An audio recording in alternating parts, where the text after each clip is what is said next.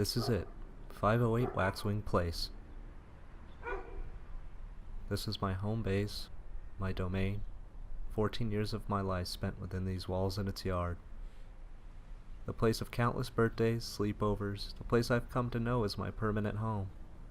Now I come home 3 times a year to find my home the same as I left it.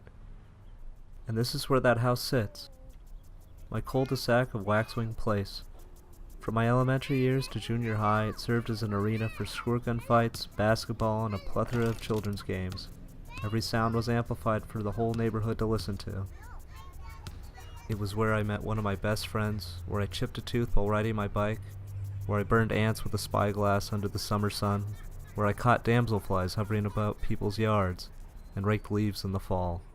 It's where I spent the vast majority of my childhood years, running about the asphalt with my friends in tow. A secret cave, a hideout, a dark domain, and a landmark for signaling that home is just on the other side. This tunnel under the overpass of Anderson Road has served the local kids and I as one of the eeriest locations to carry out our playful antics. We would ride just about anything with wheels down into the darkness, and almost every make-believe battle or fantasy took place at the open mouth.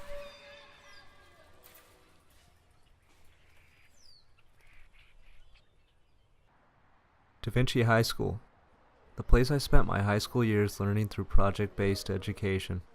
3 years I learned history, science, English, and math through presentation and performance-related work, both by teachers and students.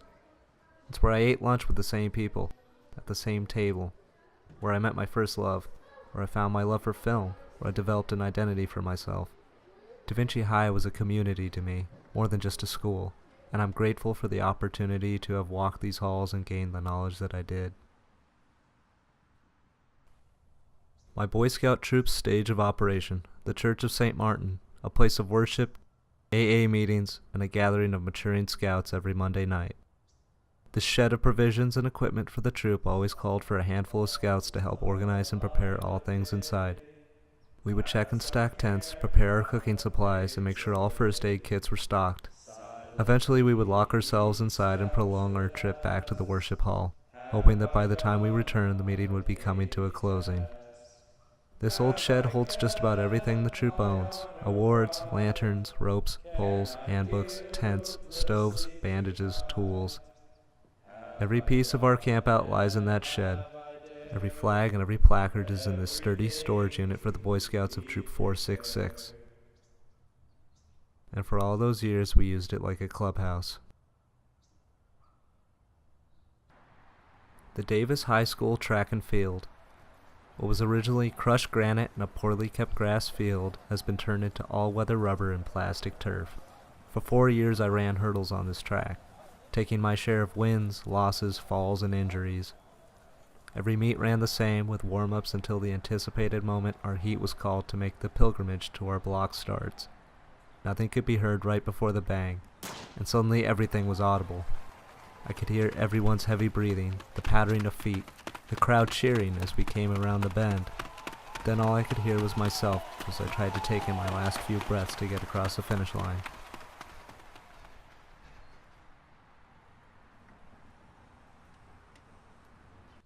The Fortress for Children, the playground of immense design and fun. Still in use by the youth of Davis, no matter the age, Rainbow City is alive.